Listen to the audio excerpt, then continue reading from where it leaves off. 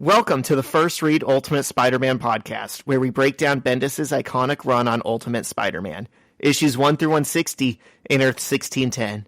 I'm Zach, and with me, as always, is Intercontinental Explorer John Opat. Heyo. What up, dude? What's up? Is that because of the London trip? And you've been to Australia. And I have been to Australia. That's right. Wow. Yeah, I kind of forgot about that one. Yeah, you're a seasoned world traveler. Yeah, I'm very seasoned. Have you ever been out of the country or out of the continent? No, not out of the continent. I've been to Mexico. I've been on cruises. Just clapping, just getting hyped. My wife has been to Korea. That was kind of weird because overall I am more of a traveler than her, but I stick to the Americas. And then just one spring break, she randomly went to South Korea. Nice. Was it fun?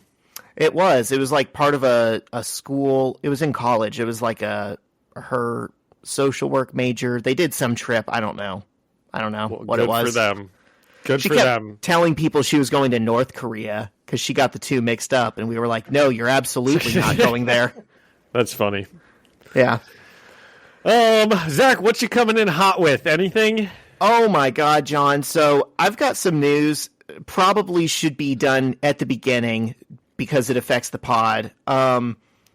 So it's good news. I got a new job. I took a position this week that is going to be really good for me. Everybody do some snaps for Zach. He got a new job. Woo. Yeah. So and that means he gets to quit, which is everyone's favorite part of the job. Yeah, I'm thinking about how I want to do it. I'm definitely going to cause a big scene, but I don't know that sounds how, like you. How big to go. Mm-hmm. Definitely jump on the tables, kick laptops and phones over. I was thinking about starting a fire. Yeah. Anyways, it's really good for the pod because this new job, I get Fridays off and I work from home 2 days a week. So frees up a lot of time, frees up a lot of commuting. I'll be able to edit while I'm like home alone and now, Zach, not lose a day of my weekend, basically. If I remember correctly, the job you have now, you always get the episodes edited and up on time. So this isn't really good for the pod. The listeners don't really care. They're still going to get their content on time. Well, I'm mentioning this to explain why it does affect the pod. So I looked forward to being able to record a week early and then edit and release an episode instead of recording and editing either the same day or the very next day. So I'm going to walk through the schedule that we've got coming up. You're going to get this episode. You're going to get the next episode the same way you normally would. And then we are going to take a 2-week break from releasing anything. And in that time, John because Zach says that there's a very logical pausing point in the Ultimate Spider-Man storyline, right? Yep. And that pausing point happens to coincide with you starting this new job and us doing something else that you're about to say. Yes. Thank you, John, for teeing me up. So the week of March 10th and the week of March 17th, there will be no new episodes in your feed. For the first time, I might add, since we started this podcast, New Year's Day of 2023. This is our first break we're taking. Okay? But in that time, we're not just going to be sitting on our asses. We are going to be on the ground at Lexington Comic and Toy Convention on Saturday, March 9th. If you guys are there, say what up. Oh, that'd be fun. I didn't even think about that. Maybe we will see a webhead or two out in the wild. We're definitely going to be handing out some stickers, some DIY stickers about our pod and stuff. Whenever we strike up conversation with anyone. We got to figure out what we're wearing, John. So Shyla had a recommendation for you. She thinks you could be, if you don't want to be Nick Fury, you should I don't want to be white David Hasselhoff Nick Fury. Okay, please be Linguini from Ratatouille. Oh, okay. I'll do that. Yeah? I've everyone's so f***ing funny thinking I look like the guy from Ratatouille. How original, Shyla. Have you heard that before? Only from every single person who's ever looked at me. That's what I was for Halloween one year. For real? Yeah, dude, I have a hat that has a light up mouse in the top. Oh my god, that's so perfect. You have to do it. Okay. If you do that, I will be Hot Rod. Yeah, I'll do it. That's fine. That's a good one. I can do that. And I feel like Hot Rod and Linguini actually would be friends somehow. If you've never seen a picture of me, loyal listeners, it's going on the Instagram. I do have some very Pixar features, I would say. So, yeah, man. Actually, at the this was before your time at the old D2D sales job. But one of the girls in the office brought in her like teeny little puppy one day, teeny like newborn, and I was holding it, and then someone like sent a picture.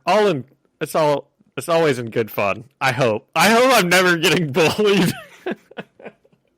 But somebody sent a picture like in the group me of like a split screen of Linguini like holding up the mouse and me holding up the puppy.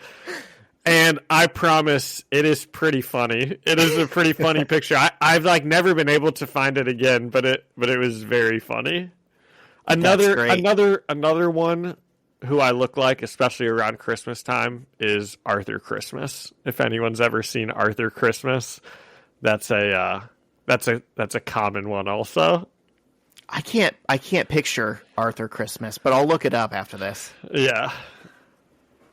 Okay, so now Shyla's just so funny. Wow. She's going to be so overjoyed to know that you are doing it. Okay, so I'm way more excited for Lexington Comic-Con. So you're going to be Linguini, I'm going to be Hot Rod. Come say what up to us. And then you guys are getting 2 weeks without us, and then we're going to come back on the 24th and look at Hickman's new relaunch of Ultimate Spider-Man, probably issues 1 and 2 at that point. And then after that, we'll pick back up in our coverage with the beginning of the Clone Saga. Okay. Nice. That sounds good. Yep. So big things in the works. I'm sure we'll talk about Comic-Con, right? I've never been to a Comic-Con. Neither have I. But Zach said Catherine Tate is going to be there, who's Donna Noble. She's also on The Office. Nellie I found that Bertram out. From The Office. I learned that when I saw that she was listed. That one we will absolutely have to make sure whenever she's talking we go to, if we're there on whatever day she's there. She's supposed to be there. She's not the only person there that I noticed. Like, there was just better guests overall than at Indie Comic-Con. Indie Comic-Con got Hayden Christensen, but other than that, it was kind of a dud. But Lexington's got one of my favorite. That would also be so crowded. Yeah. I feel like the Catherine Tate one will not be the most hopping thing that's like going on. Maybe it'll be pretty popular because she just came back, but certainly, I mean, I've never been, so I don't know what to expect at any of these, how like popular they are, and Neither do I. I'm excited to experience it for the first time. Justin Mason, one of my favorite Marvel Comics artists, is going to be there. Stephen Amell from Green Arrow. Yeah, he's going to be there. I want to ask him how hard it is to actually do those. Have you ever seen that show? Shiloh watched it. I would walk by sometimes. He does these pull-ups where there's like a bar, and he hooks it off and he hooks it onto the next bar. And then he hooks it onto the next one. And when I watch him do that, I'm like, that doesn't look that hard. It's not. I could probably do that. I'm not a muscular guy, but I used to be into rock climbing, and you can do that at like rock climbing gyms, and it depends on how much you do it. Doing it the first 2 or 3 times isn't a lot, but then it's just muscle endurance after that. Yeah. Well, now I don't have to ask Stephen and Mel how hard it is. Zach told me it's not that hard. 3 of the ladies from Charmed are going to be there. Charisma Carpenter from Buffy is going to be there. Catherine Tate's obviously going to be there. So I think it'll be a good time. Very fun. Yes. And although this would be a perfect time to segue to the Better Business Bureau, who's fronting us for this trip. Are we driving, Zach, or flying? We're driving. Okay. So they're fronting it, but they're, we're not hot shots yet. We don't have the Better Business Bureau jet. Yeah. Taking us. Yes, thank you so much for them not only now sponsoring the pod, but sponsoring, this opportunity for us to go on the ground and meet some people. Yep. Yeah, that'll be really fun. Okay. Yep. Well, I do have something else, so we can't throw it over to them yet. John's coming in hot with something. I am coming in hot with something because I know we're a big sports podcast. And did you even? I think we talked about how the NBA All-Star Game was in Indy this past week, but it was. Did you get a chance to watch it at all? No. It's good. It is such a waste of time. I'm just annoyed at it, Zach, because no one's going to care about this. Cut all my about this out.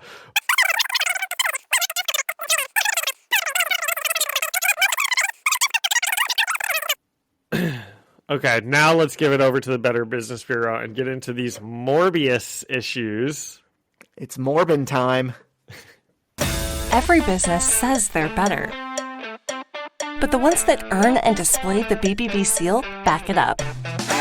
It instantly identifies businesses that are committed to operating with integrity, honoring promises, and telling the truth. Makes you wonder why every business doesn't have it. So look for it, because it's looking out for you. That's why it's the sign of a better business. And find a better business anytime at bbb.org. We're back and getting into issues 95 and 96, Morbius. So, issue 95 is written by Brian Michael Bendis, penciled by Mark Bagley, inked by John Dell and Jimmy Palmiotti, colored by Richard Isanov, and lettered by Corey Petit. And we open on a retelling of a scene that we first witnessed way back in Ultimate Spider-Man Super Special. And the narration tells us this happened months ago. So Spider-Man is patrolling the city at night, and he sees one shrouded figure chasing another, shooting 2 handguns at the person fleeing. Peter swings down and kicks the gunman and webs his gun to the ground. And he starts quipping, and the gunman calls Peter an idiot. And I said, we, the readers, recognize the gunman as Blade, the Marvel Universe's vampire who hunts other vampires. And Peter webs Blade to the nearest wall and goes to check on the person Blade had been chasing. And this was after the Wesley Snipes movie. Yeah, definitely it was. Yep. Okay. He looks a lot like Wesley Snipes in this. And Peter goes to check on the guy that Blade had been chasing and ask if he's all right. And the would-be victim steps out of the shadows, and of course we see he's a vampire. And the vampire lunges at Peter and is about to bite him until Blade stabs through his chest with a sword and kills him. And Blade picks Peter up by the neck and says, "Kid, my name is Blade. You ever touch me again, you ever look at me again, and I will eat your heart for breakfast." And Blade then runs away into the night, leaving a confused Peter to catch his breath. Okay, so Blade is a vampire? Yep. Like a full-on vampire? Yep. Okay. And he hunts vampires. And is Morbius the same thing? Like a vampire who just hunts vampires? Morbius is confusing. He's not a full vampire. He's like a person who got infected with vampire blood in an indirect way. So he wasn't bitten. Oh, baby Billy just jumped on me, dug his claws into me. Don't you love that? Okay. Well, later on, he says his dad is Drakel Yeah. instead of Dracula, but Yeah. but he means Dracula. So is that his story in this one, or was he being like all of their dads are Dracula because they're vampire, or was his dad actually Dracula? It's hard to tell because this is the Ultimate Universe. In the main Marvel Universe, 616, his father is not literally Dracula. Okay. But here, they might have changed anything they wanted about his backstory. It's kind of unclear. Okay, now is his father, sorry, trying to look up Jared Leto's dad's name really quickly. Mr. Leto. Yeah, is his father Mr. Leto? So we cut to the present day where Peter is on the phone with his girlfriend, Kitty Pryde of the X-Men. And they're talking about how they're the latest hot item. And Kitty's in her room and Peter is at his cubicle in the Daily Bugle office. And they say apparently 3 million people have already downloaded the Krakoa Island footage. And Entertainment Weekly named Spider-Man and Kitty Pryde the It Couple. And Kitty says, and yet I'm grounded. And Peter's like, how can you be grounded? And she says Professor X wants all the X-Men to lay low at the school until the Krakoa stuff dies down. And the two of them both realize that this also means that she now can't come out as Peter Parker's girlfriend without exposing him as Spider-Man. I already know why these two are going to break up. It's going to be because they just can't date each other. Yeah, and that wasn't me saying, yeah, you're right. I'm just acknowledging you. Yeah. And so she kind of jokes. She's like, well, you can just tell people you're Spider-Man and that I can be dating Peter Parker and Spider-Man. But we know that's not really an option he's going to consider. And Peter asks Kitty if they're okay, and this surprises Kitty. And she does that thing that she keeps doing where she's like, gets in her head and is like, oh no, I messed up. I'm going to lose him. And she says she worries that he's breaking up with her. And he says, no, he's not. And then Kitty's like, it was pretty cool how you saved me on Krakoa. And, which I don't think he really did. I think she saved him. But I think she just means coming to... He came in the jet. Which he also really. didn't know he was doing. Yeah, exactly. She's giving him too much credit. He was just definitely a victim of the circumstances. Yeah. We also missed an opportunity to just talk about how Peter jumped in to save the day and messed up and attacked the wrong guy in the opening scene, which he does a lot. Oh yeah, that's his whole deal. Yeah. And J. Jonah Jameson walks by Peter's desk yelling to Ben Urich about vampires. And Peter tells Kitty he has to go because this sounds interesting. And Jameson is mocking Urich, saying, how does my award-winning journalist hand me a story about vampires? And Urich says he's just reporting the facts he was given. And he says there's mutants, Spider-Man, Captain America was frozen in a block of ice for decades, Tony Stark is a human tank, but vampires is too much for you? And Jonah says, I'm not printing this, and walks away. And Peter asks Ben if he really saw a vampire. And Urich tells him, no, he interviewed someone who claimed they were bit by a vampire. And Peter asks if he can read the story, and Ben hands it to him and is like, sure, I'm not publishing it now anyways. And this was kind of cool. We get a noir-style black and white scene with Urich's article narrating. And basically there was a woman named Jennifer Grunwald. And I looked this up. She's actually named after an editor at Marvel. Oh, nice Easter egg, Zach. Yeah, whenever we're given a full name, I always wonder why. And she worked at the New York Public Library, and she was approached by a man in the library who hypnotized her into coming outside with him. And he bit her neck in the alley, and she doesn't remember what happened after that. And like any good vampire literature, it's very it's framed very seductively. She clearly is being seduced by this man. She thinks that he's going to like kiss her neck, and then at the last second we see that it's fangs. That's kind of like a hallmark of the vampire genre. Did you ever see the show Moon Knight? No, that was the show that's the Marvel show. That's not the one I'm trying to talk about right now. There's a different Night of the Moon. No, it might be Moonlight. Is that it? It was like from back in the day TV show. Yes, that's it. It was it's back from 2007. There was only one season, but it was a pretty good one, and it was about like vampires and whatnot. No, I missed that. Stars Alex O'Loughlin as Mick St. John, vampire and detective or something. Maybe reporter. I don't really remember. That seems like all the jobs someone would have in a show like that. Yep. And Miss Grunwald woke up in her own bed that night, and her boyfriend or someone who lives with her, we don't really know what the deal is, called Ben Urich, who came there and took her story. And the next day, Peter is walking next to the high school and spots Mary Jane on a bench. And he says, "Hey, MJ," and she gives him a look. And he jokes and goes, "Hey, MJ, sir?" And she says, "Not today, Peter." And he asks her what's wrong. And she just sadly holds up a copy of People magazine with a picture of Spider-Man and Kitty Pryde with a caption, "Mutant love on Krakoa. Spidey getting it on."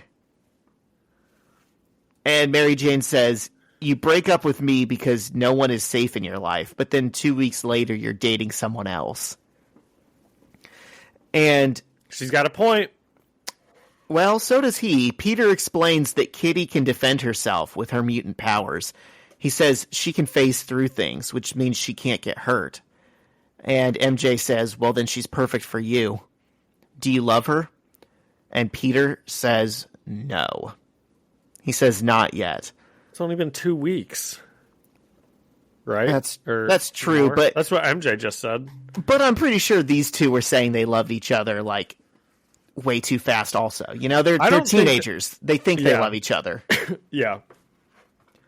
But he says, "No, not yet." And Mary Jane says, "But you're working on it. I can't believe this." And Peter tells her Kitty called him and asked him out, and they actually have a lot in common. And then I said he basically blames the crooked media trying to smear him by pushing the whole Krakoa thing. And Mary Jane asks if he knew Kitty while they were dating. And Peter says, "Yes, but..." And MJ interrupts him and says, "And I'm supposed to what? Just deal with it? Be your friend?" And Peter says, "I'm hoping so. You're my best friend." And Mary Jane says, "You're not mine." And she starts to get up and walk away, as Peter suggests maybe she find someone. And she snaps and asks if he's really ready to see her all over some guy, and if that will make him happy. And she goes, "You're not my best friend. I'm mad at you, and I don't want to talk to you." And he says, "Well, you're my best friend, and you always will be." And she says, "Great, yay for me," as she walks away.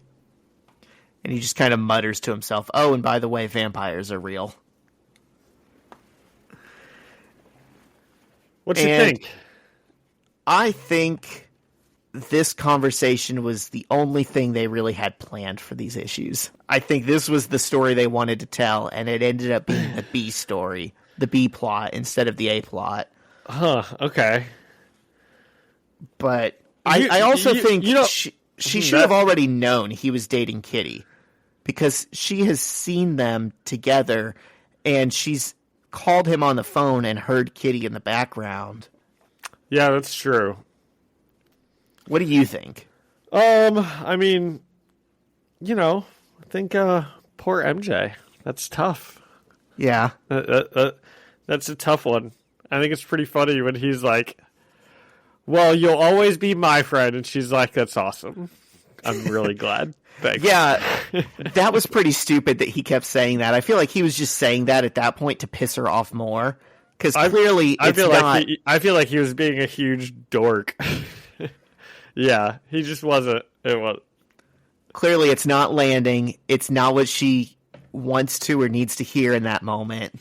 No, and it's also, like, totally disingenuous because, like, 2 issues ago, wasn't he, like, not talking to her? And she was like, come on, can't we still be friends? And he's, like, ignoring her. And now that he's, like, got himself a new girlfriend, he's like, you'll always be my friend, MJ. I just want, blah, blah, blah. You're still my best friend. And it's like, okay, dude, clearly you are only saying that because you're dating someone and she's not. If that was not the exact situation, you wouldn't be talking like this. You know what? You're absolutely right. This guy is toxic as hell. Yeah, yes, well said. Yeah. Canceled! Spider-Man is a menace! So we change scenes to Ben Urich knocking on a door in a sketchy dark hallway, and he's following up with Jennifer about the story. And she opens the door and looks very scary, but also sexy because she's wearing black lingerie. That was literally my question I was gonna ask you was, okay, Zach, is she more scary or sexy? You are single reporter Ben Urich, who I don't think is single, but in this situation he is, and you're single reporter Ben Urich. This woman answers the door like this. What's your instinct? Is it flight or freak? I am so torn. I think it would depend on the mood, definitely, Have you heard the saying, if you're not in a state of post-clarity, you're in a state of pre-delusion? I think I've heard something. I'm sure I've heard, a little bit. If you show up there in a state of post-clarity, she is scary. You're probably running. Yeah. I don't know. I mean, it's clear that she's, like, not human in this scene. It's the eyes that give it away. She's got red eyes. No, she doesn't. She's got, that later? Piercing blue, like, big eyes, but they still just don't look like human, kind of. There's something going on with them. Here's the thing. I think she's simultaneously, like, very clearly not human, but also I think men are stupid enough. Yeah, sailors used to throw themselves from their ships to the siren song. They knew what they were doing, That's true. Ben Urich might be like, she's about to kill me, but it's worth it. But she might not. We've said there's 2 types of ladies. She's the evil, sexy lady in this issue. Yeah. So he's like, where am I in my notes?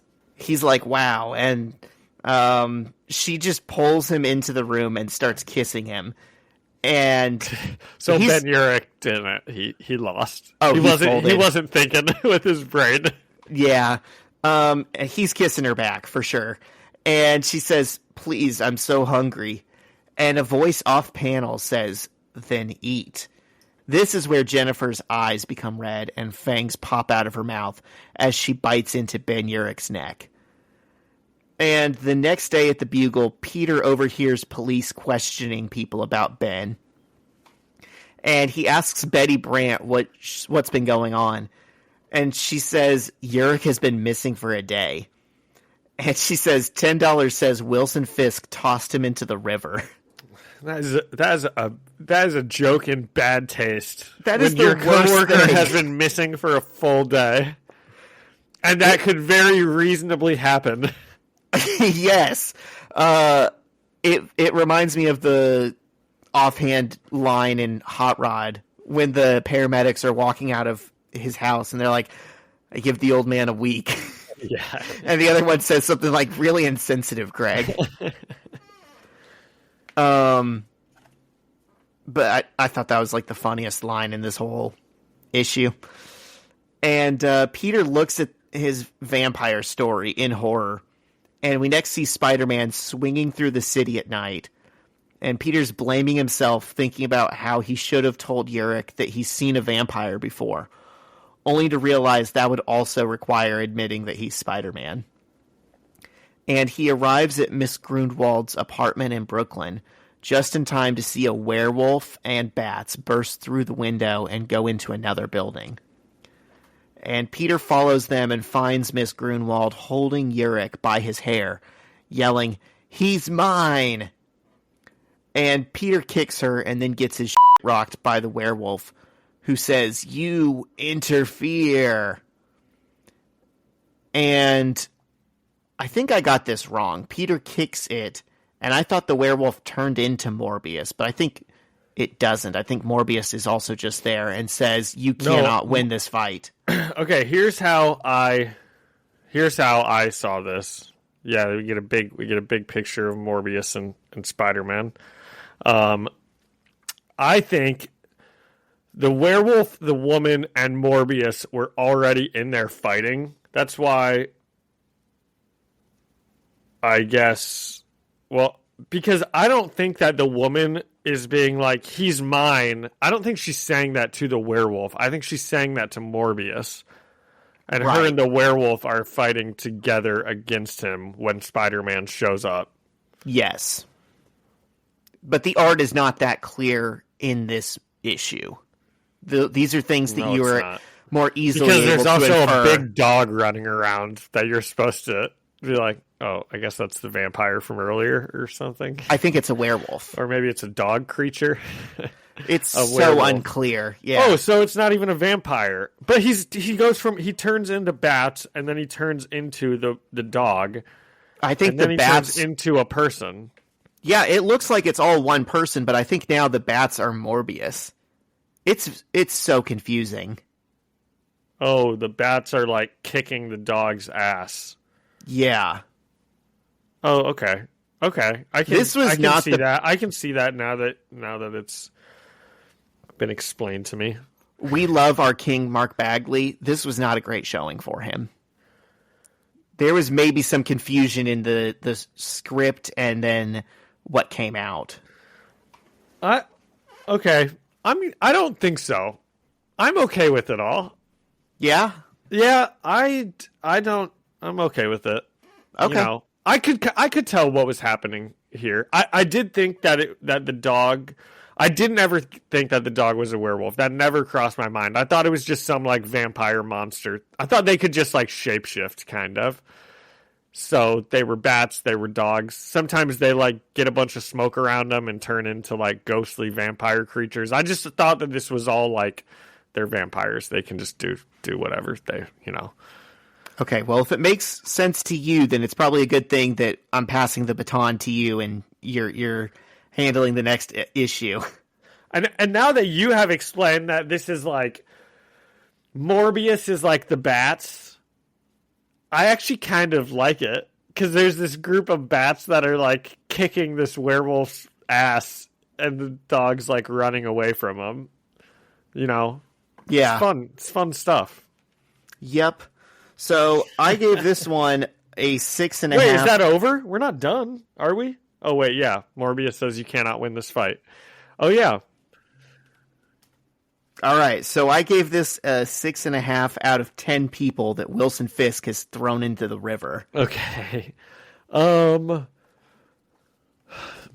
thought you were going to give it lower. I thought that I was going to like really come out ahead of you on this, but I think a 7 is a fair showing from this. I might even give this a 7.5. You know, I thought this was pretty good. I liked Blade at the beginning. You know, You're so much more generous than me. MJ's line where she's like, "Good for me. That's great. I'm your friend." That made me chuckle when I read it. That is funny, and it made me realize I do miss seeing MJ. Yeah. Yeah. Like, I don't Peter think should just have 2 girlfriends. Yeah. This is the part in if this were like Drake and Josh or Sweet Life of Zach and Cody, this would be the part where he puts his arm around both of them and is like, ladies, there's enough of me to go around for everyone. Well, if this was Sweet Life of Zach and Cody, they could be each 2 date Peters. One. Yeah, exactly. Maybe that's we're about to go into the Clone Saga. Maybe that's what happens. Yeah. Drake and Josh could reasonably both date a girl also. So you happen to name 2 shows where they might each both end up with a girlfriend. Damn, you're right. Maybe I did that subconsciously. Maybe one of Peter's clones gets, lucky enough to have Kitty, and one of Peter gets lucky enough to have MJ. I would love that.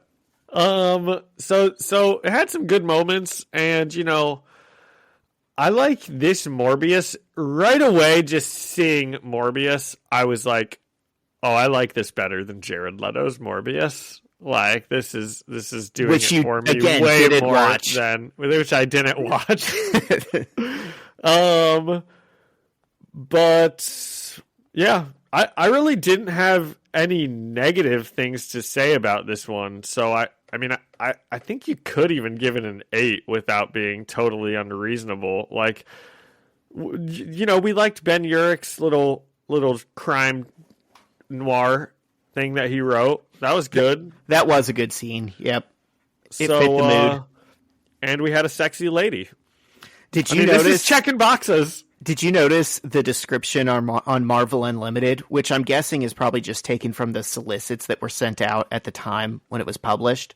No, it says Morbius Part 1 of 5. The countdown to issue 100 begins. So I think this was intended to be a much longer story than what we got. Do we not get a 5-part series? No, dude, it's a 2-part. Oh my gosh. So this must have not been well received, you would think. Or they just decided to get into Clone Saga sooner. I don't really know. That's interesting. All right. Are we so I'm going to go 7.5. I can't go all the way up to an 8. It just didn't just didn't have like that it didn't have anything particularly great either to go up all the way to 8, but I'll give it a 7.5. Okay. And you know what? I can see Wilson Fisk dumping 7.5 bodies into the river, because somewhere there's a half a body out there to send a message to other people who would cross him. That is true. Okay, so issue 96. This is a kind of goofy looking cover.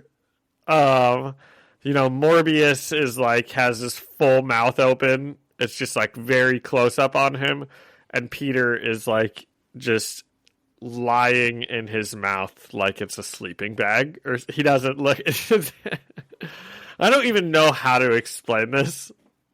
You just did. It almost looks like Peter is his tongue. Yes, it does. Yeah. And this is written by Brian Michael Bendis, penciled by Mark Bagley, inked by John Dell, colored by Justin Ponzer, and lettered by VC's Corey Petit. And Ben Urich is lying on the ground on the first page. He's got his eyes open. We just have kind of like a half-body shot of him. Blood is spilling from his neck.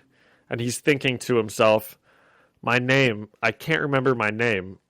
My name is Ben Urich, and I'm a writer. I work at a newspaper. I'm so hungry. Why am I so hungry? I'm a reporter. I was working on a story about a woman. Oh my God. I was bit by a vampire. I'm a vampire. Oh my God, my family. Someone help me. Why can't I move? Why do I want her so much? She killed me. She's ruined me. She's feeding off of me. Is that Spider-Man? Why? Spider-Man. Vampires. Someone please. I'm so hungry. Okay, enough from that guy. You didn't like this? I kind of like this little... I thought this was a good opening here. Nice little show into Ben Urich's psyche. So then, that's the first page. Then we see Morbius, Spider-Man, and the woman and the wolf are all in a Mexican standoff. Morbius tells them to stand down, but the wolf and the woman refuse. And Spider-Man says, okay, the wolf is talking. I'm officially creeped out now, before beginning to throw some webs at everyone. The pair of Morbius and Spidey begin to fight against the woman and the wolf. And after a couple of punches get thrown, Morbius grabs Spider-Man by the throat and yells at him to leave. I think he says, like, didn't I tell you to get out of here? And just chucks him through the wall. And that's when I kind of mentioned that these guys, like, transform. And that's when the werewolf transforms into, like, some vampire creature and says, Morbius, Morbius, I don't care who your father is. I'm going to kill you with my bare hands and feed you to my friends. How funny would it be if he turned into a bear as he emphasized bare hands? He should have had bare hands. So that's why I don't think this is a werewolf, because this is definitely a vampire creature.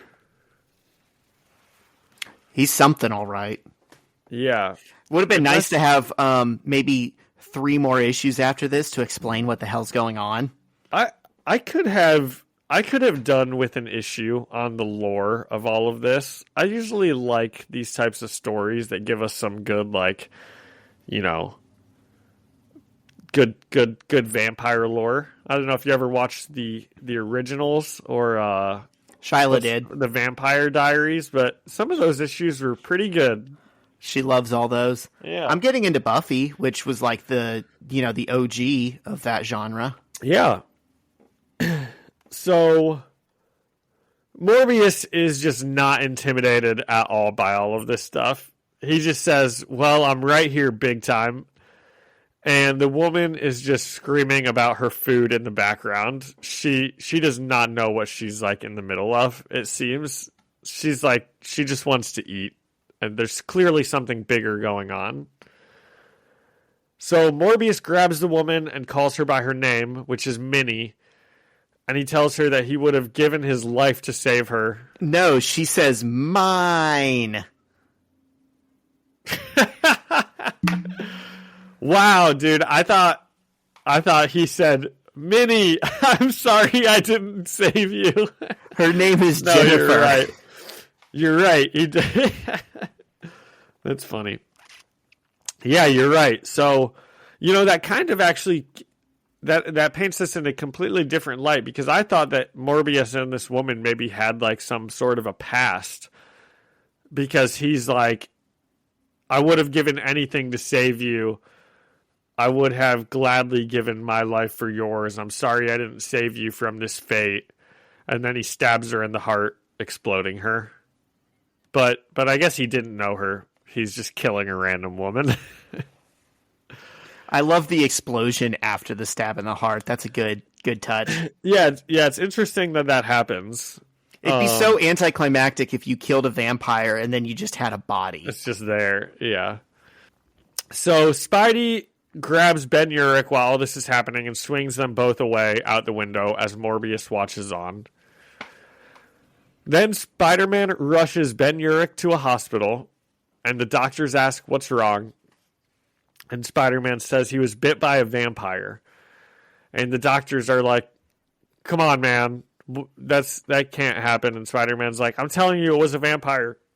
And they go back and forth on this a couple times before Spider-Man grabs the doctor and holds him up against the wall and says, you're talking to a guy with spider powers right now. I'm telling you, it was a vampire. And the police kind of see this happening from a distance and they run up to them. But Spider-Man, you can tell he's just not in the mood. He just casually webs them up. He's like, I don't have time for this right now. And just like with a flip of his web, they're all webbed up on the ground.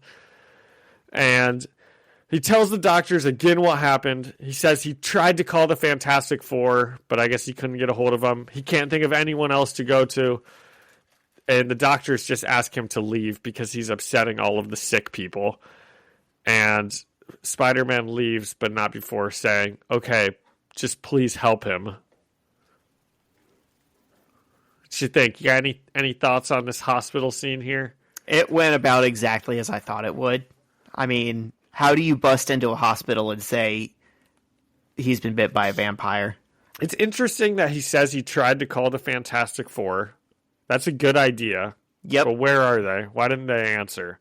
Why don't these people ever answer when they're needed? And then you would think he would call S.H.I.E.L.D. Like, that would probably be the first number I was on surprised his he didn't dial. say that. Yeah, because we've seen him interact with S.H.I.E.L.D. way more than we've seen him interact with the Fantastic Four. Yeah. My only thought is he would probably expect S.H.I.E.L.D. to bungle it or, like, then use Ben Urich for their own needs. They'd be like, "Oh, cool! Probably. We have a vampire we can keep prisoner now. That's awesome." Yeah.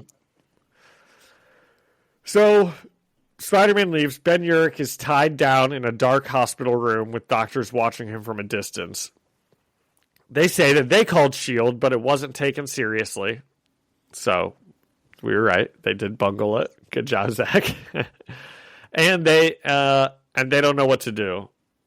And one of the doctors says that he's like, gosh, can you believe it? Spider-Man just drops this on us and runs away. And the other says, all those mutants. And the first one says, I hear you, as they walk away. And as the doctors leave, we see Morbius watching Ben from the window. And Ben is just repeating how hungry he is. And Morbius tells him, I know, it hurts a lot. It's almost over. And we see a panel of Morbius getting ready to bite Ben and presumably kill him. And just then, Spider-Man jumps out of the ceiling saying, and I was just starting to doubt my plan of hiding in the ceiling to keep an eye on my friend. And punches Morbius a couple of times. But once, I kind of like this. Morbius is pretty formidable, Once Spider-Man doesn't have the jump on him, he very easily catches a punch and just chucks him away, which he's now done twice now. He just easily tosses Spider-Man away. And he says, boy, if you want to help your friend, stop interfering. Morbius tells Spider-Man that he's trying to help Ben, and he explains that the way vampirism works is if someone gets bitten 3 times, then they're a vampire. But I guess if they only get bitten 1 time, then they can still be saved. And Peter doesn't trust Morbius, saying he's a vampire, but Morbius bitterly responds not to lump him in with them. And Morbius says he refuses to give in to the curse. And it does seem like we should get a good Blade Morbius team up. It would make sense because we just introduced Blade in the last episode. Probably if this was going to be a 5-part run, we would get more Blade. I would assume in so. This story. Yeah. Because now you have 2 people who were like vampires or pseudo-vampires that take out other vampires. There's something to explore there if you get them in a room together. Yeah. Oh, wow. That would have been good. Because they both try and take each other out at first and then be like, oh, we're doing the same thing, actually. Yeah. So, Morbius tells Spider-Man that he made a promise on his mother's grave that he will not let his father's curse hurt any more people. And when Spider-Man asks who his father is, he says Dracula, but he actually says Drakel. Which, is kind of starting to annoy me that they won't just name characters what they're named. Like, we got Wadey Wilson in the last one. And I'm pretty sure there's been one more of those where it's like the name, but it's just not, The most egregious one in the Ultimate Universe, you haven't even witnessed. It's Victor Von Doom. Dr. Doom in this universe is called Victor Van Dam. Yeah, that's ridiculous. But they don't call him Dr. Dam. We have met Victor Von Doom, haven't we? Because we've met like the president of Latvia or Latveria a couple times now, have they just mentioned him? That was like a diplomat from Latveria. Okay. They didn't ever mention his name. I guess not. I can't remember. Yeah. Okay. Maybe we'll get him. Maybe. Yeah. Okay, so there's a lot of lore to explore here with Morbius that they really should, like this thing about promising on his mother's grave, about his father. Like, I'm interested in this stuff, and we don't get anything more about it. So Morbius gets ready. Yeah. It's a lot like what we've said before about Black Cat and Shang-Chi and Iron Fist. Like, we get these little nuggets about characters where you can imagine if Bendis had another 100 issues, he maybe would have gotten into. He clearly had a plan for them, but we just don't get to see all of it. Yeah. So Morbius gets ready to save Ben, in quotes, and tells Peter that this looks worse than it is. And he's getting ready to bite Ben when Peter jumps on him and says no, and jumps on him to stop him. And then Morbius, for the third time, very easily just chucks Peter through the wall of the hospital hallway, or through the wall of the hospital into the hallway. And the police tell Peter to freeze, but then they see something behind him and run away scared. And we turn to the page to see big, ghostly vampire creatures appearing out of nowhere. And they grab Spider-Man and begin to bite him. Oh no, Zach! Are we going to get Vampire Spider-Man here? That'd be sick. That would be kind of cool. Bet you didn't see that coming. I didn't. I was like, oh my gosh, they bit him. And Morbius, the alternate universe help. would be the place to do it, because, like, he's an alternate universe Spider-Man. You could theoretically get away with more. You know, you could really make a change and make him a vampire here. And then he bites Kitty Pryde? Maybe this is just where this storyline goes. This just becomes like the vampire universe. It's funny that you say that, because right now, like, present day, the next big event that Marvel is gearing up for in the comics is Blood Hunt, which is pretty much, they're saying that's the whole deal. It's like all the heroes have to deal with vampires, and some of them might become vampires. And oh my gosh, one of my favorite writers is writing it, and one of my favorite artists is drawing it. And who are they? Jed MacKay and Pepe Larroth. Nice. We know Jed MacKay from we've heard his name. The Spider-Punk story, and then Mary Jane and Black Cat. Oh, okay. Zach, you're just an encyclopedia of knowledge. Not really, because Marvel is promoting the hell out of this Blood Hunt story. Oh, okay. That's like where most of the comics advertising money is going to right now for like probably the first half of 2024. Huh. So when's that come out? I think it's about to start coming out maybe like next month or something. Cool. So Peter just got bit by, is this the same lady vampire? Is this Minnie / Jennifer? I couldn't tell. It might be. It's like a ghost. It made me think that when Morbius stabs these people and explodes them, it must not kill them. It must just like send them to hell for a little bit or something. I don't know. I don't think it's the same woman, because her hair was shorter than this. Okay, so we're going to say it's not the same woman, and that does kill them. So this lady vampire is disgusted, though. She says, "This blood is tainted. You are not human. You are not pure." And Peter and the vampires begin to fight, and Morbius jumps in, and the group fights for the next page or two. Sometimes I'm really bad at describing these things. I couldn't do much better. It's exactly that. It's just punching, stabbing scenes. Yeah, they're just kind of punching. You know, there's some good hospital fights. They're picking up trays. They're hitting each other with there's tools flying across the room. So yeah, there's always like a loose gurney just sitting in every hospital hallway in movies and shows and stuff. And then Peter webs them up a bit, and Morbius stabs them through the heart, exploding the vampires. And Peter is like, "These vampires killed me. They turned me into one of them." And Peter even he's like freaking out. He takes off his mask and he shows Morbius. He's like, they got me. They got me. And Morbius tells him that his blood is tainted, so he'll be fine. And Morbius points Peter towards where Ben is lying in the hospital. And strangely, Ben Urich looks completely fine. Morbius says that he healed him. And Peter asks what his name is. And Morbius says, "Morbius." "And if we ever bump into each other again in the future, let's hope you've grown the up." And Morbius vanishes. And Peter also runs off, and Ben Urich wakes up confused, saying, "Hello?"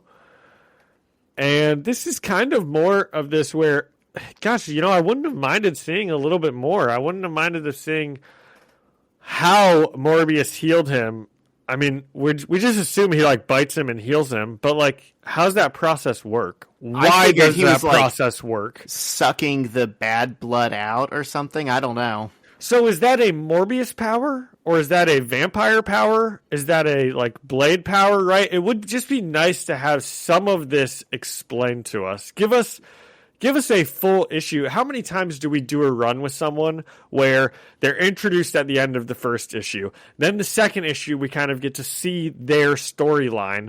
Then the third issue, we're picking back up with them and doing like our, team up or conclusion. It would have been nice to get a little backstory on Morbius after he was which I know, Zach, is a crazy thing to think about Morbius.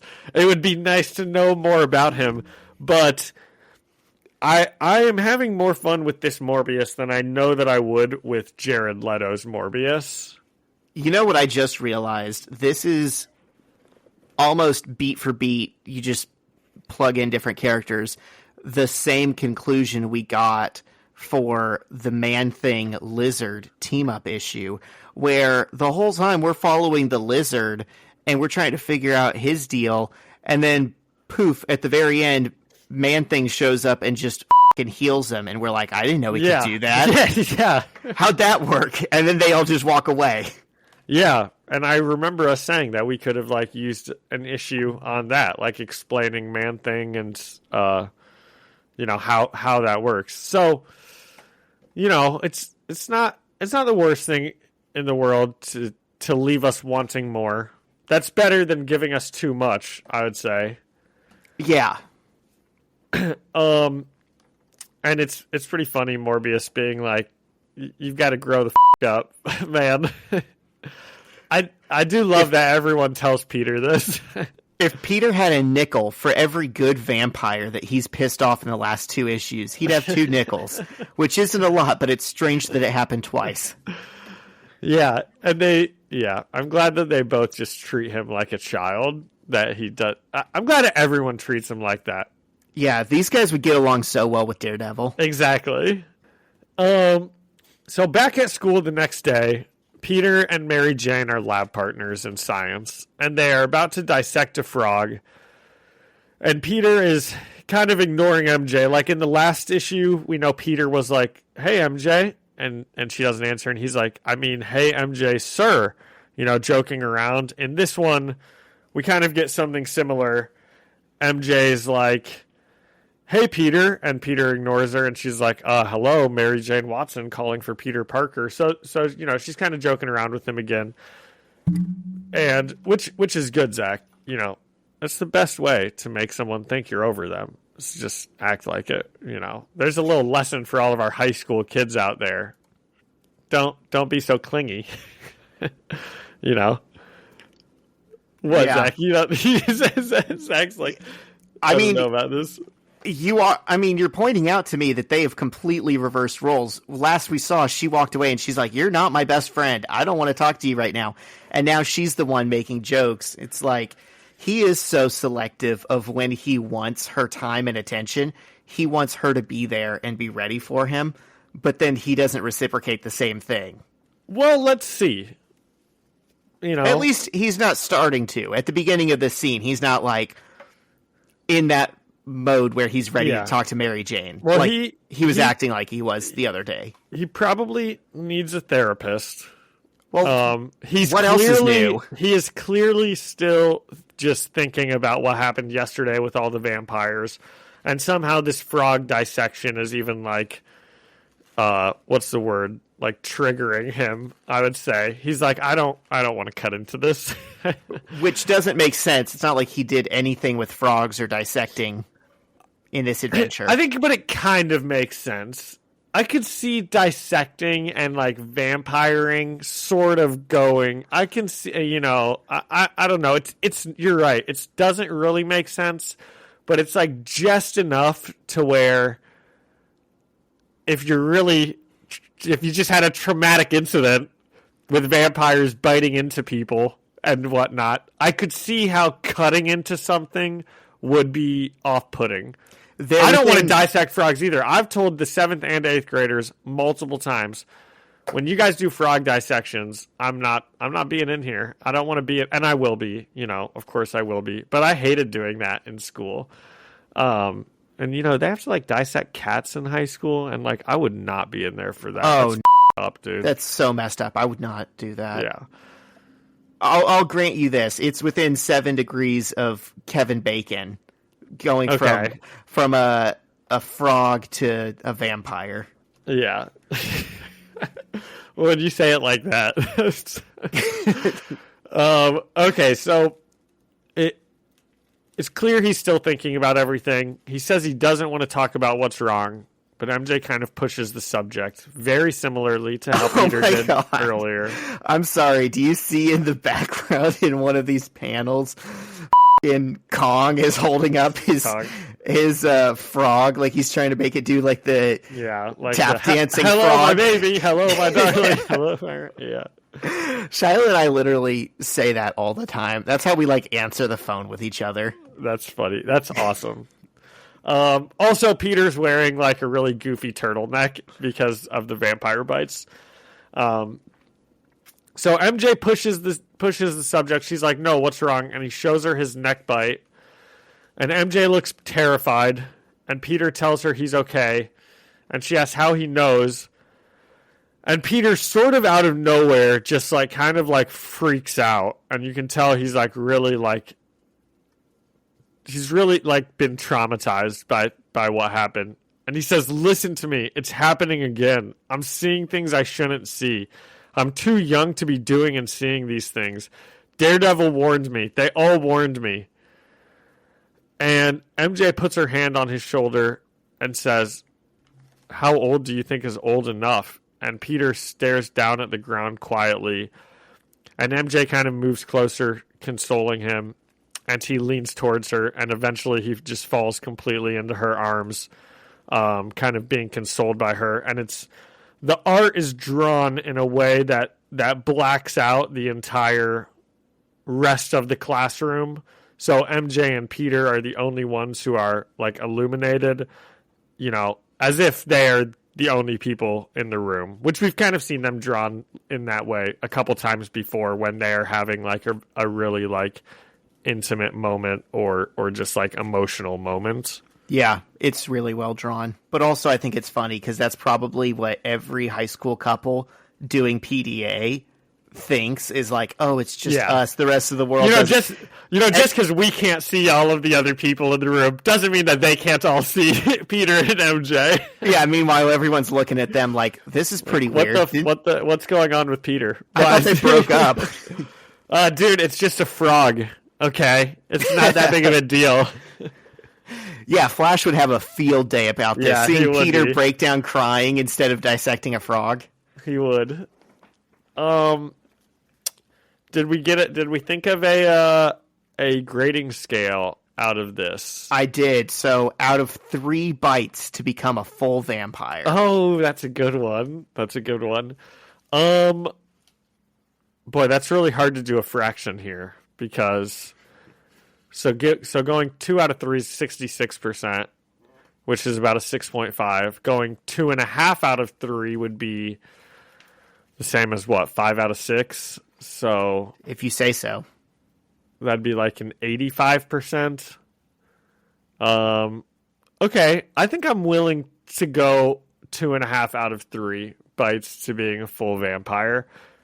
I enjoyed this little Morbius line, or this little Morbius run, and perhaps it did have to do with my low expectations for it and how terrible the Deadpool comics were last week. But there was just this was just some good stuff. I thought both of these stories were good. Left me wanting a little bit more, and it seems like we are moving back towards Peter and MJ getting together. Which, after these couple issues, I'm feeling more prepared for that. I think it's funny. We're probably going through something similar that Peter's going through that we would also criticize him for, where it's like, whichever girl we've seen most recently, we're like, oh yeah, I like her. He should be with her. That's why we need a clone Peter to date one of them.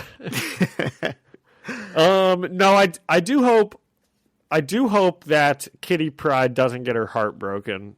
I hope that she like ditches him for Iceman or something. Iceman's gay.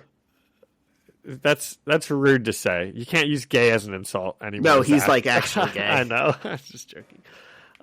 Is he? Okay, well maybe Fireman or whoever else is Human Torch? Colossus, right? Colossus Peter is gay. Here, in this universe. So Iceman's gay in the main universe. Okay, you Colossus know what? is gay in the Ultimate Universe. We get it, writer of the X-Men. Being a mutant is an allegory for being gay. You don't have to make it so heavy-handed for us. Yeah.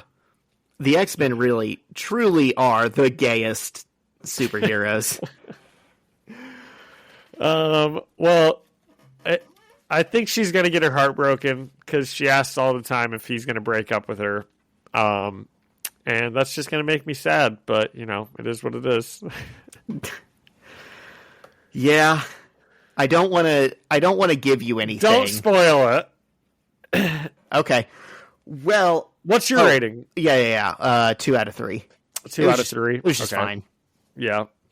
I like the ending scene more now that we've talked about it, and I looked at it for a second, and then seeing Kong in the back playing with his dead frog was just such a surprise to me that I liked that. I think this is such a... You know what I'm just having a realization of? That Sony doesn't know how to make their movies, but we kind of already knew that. But here's why specifically. This is a more interesting origin for Morbius, even not knowing any of this, not really knowing, but just getting bits and teases, than Morbius was really sick, so he went to another country and explored bats and got bat powers somehow. I didn't watch the movie.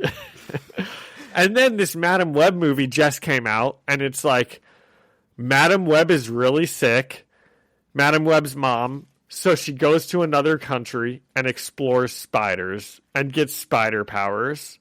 And is that like the most basic, generic thing that they can possibly think of? I mean, I bet you that's probably what's going to happen with Kraven too. We're going to be like, Kraven really liked animals, so he went to another country, got bit by an animal, now he has animal powers. Or that Bad Bunny, like, Nacho Libre thing that they're doing. I didn't Did you hear about that? No. There's some Spider-Man villain that's appeared like 3 times in the comics who I have never heard of. And they're having Bad Bunny play him in his own movie. I'm just sure it's going to be just terrible. He's going to go to Mexico and someone's going to be sick and he's going to study the luchadors and get bit by a luchador. They've got one plot that they are just honing until they make the perfect movie. Yeah, they're getting further away. What they really need to do so boring. That's such a boring origin. I thought you were going to say they need to make a standalone Kong film. Dude, they do. That could actually... Doing something like that, right? I mean, they could make a movie about anything, and if you do it right and you make a good movie and you have good writers, it could be good.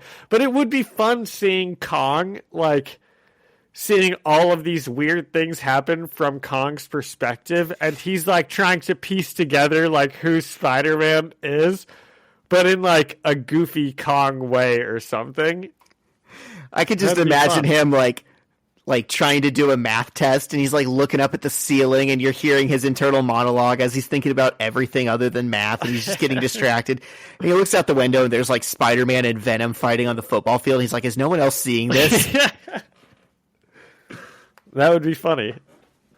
Okay, so what do we have next? What's next? Yes, so next week, speaking of Kitty Pryde, we are in Ultimate X-Men, issues 66 and 67. Peter jumps over to their title. Oh, so is this where our Ultimate Spider-Man break is happening?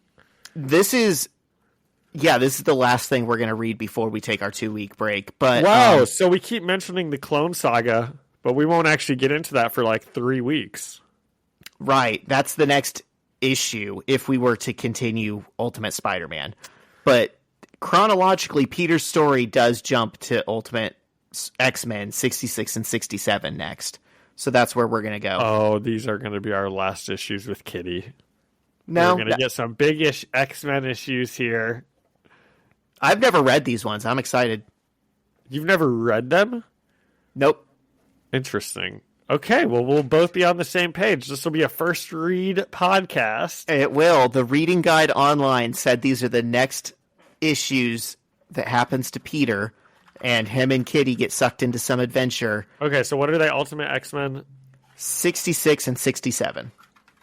Okay, that sounds awesome. Yep, I'm pumped. Yep. Okay, anything else on these issues or Morbius in general?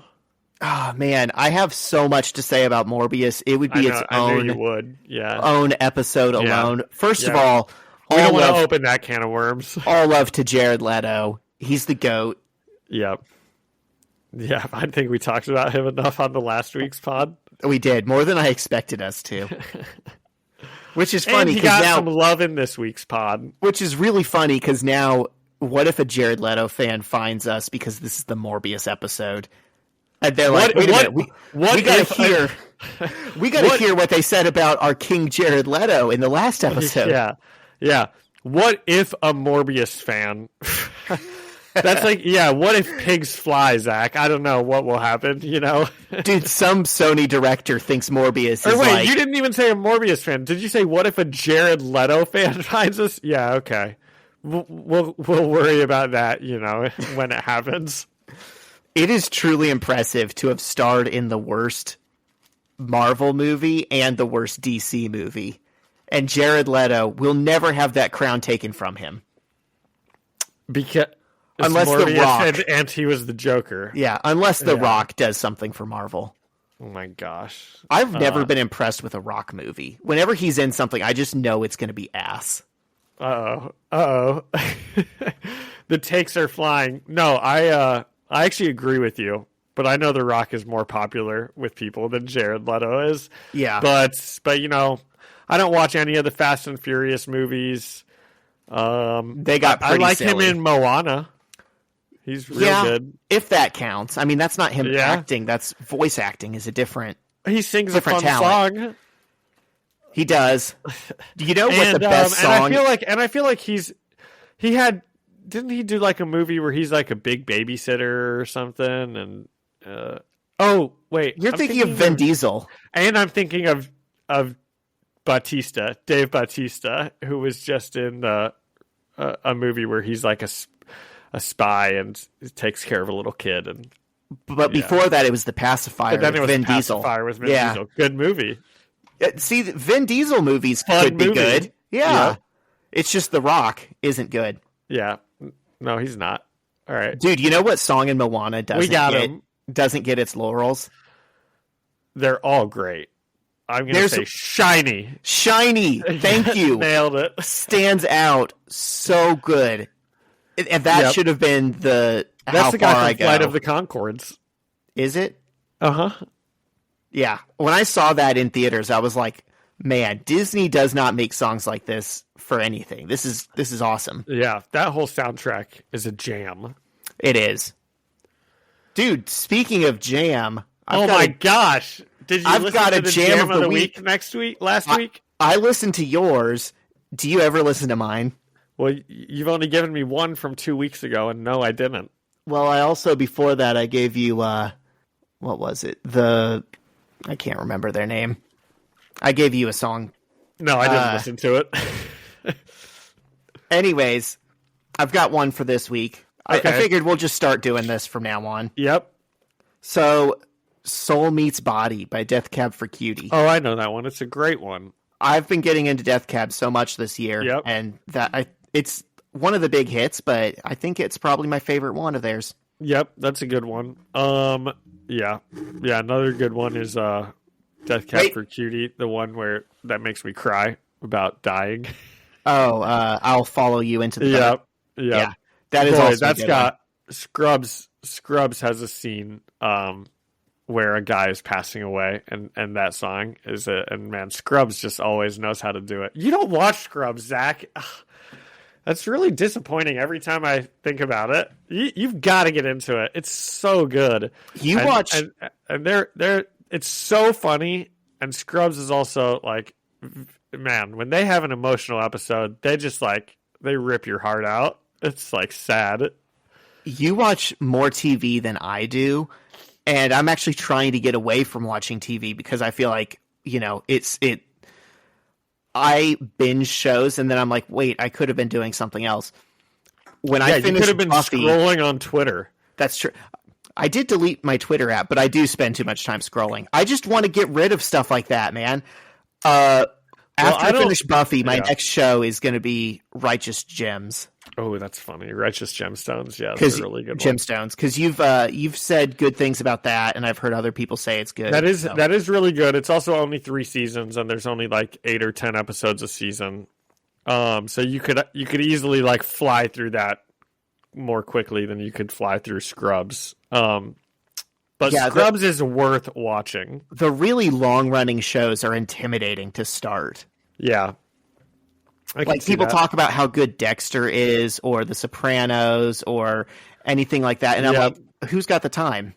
Dexter, I think I mentioned I did like a Paramount Plus 1 week free like subscription, or a Showtime one week free subscription. So I like burned through the first 4 seasons of that, because those first 4 seasons of Dexter are really good up until like the last 10 minutes of season 4. I just hate so much. I didn't even watch it this time. I stopped watching. I was like, I don't need to see this again. This is where I like decided I don't like the show anymore. His wife dies. It's really sad. Doesn't need to happen. I saw the first season of Dexter and it was good, but I don't know why I stopped watching. I just stopped watching. That was probably 10 years ago. I couldn't go back. Yeah. Well, gosh, we kind of got into some other stuff right there, didn't we? Yeah, it happened organically. Do you have anything that you were planning on talking about? Okay, let's see. I complained about the All-Star game, which we probably cut. Good. Doesn't need to be said. You told me to cut it. You gave me permission. Yep. Let's see.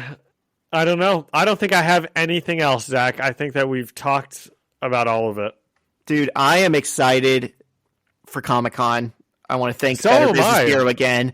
I'm excited to see your linguini. I'm going to have to go to I'm probably going to go to Goodwill and see if I can piece together the base blue jumpsuit for my hot rod, and then just Did you even say that that's what you're going to go as? Hot rod? I'm going to go as hot rod. So hot rod and linguini.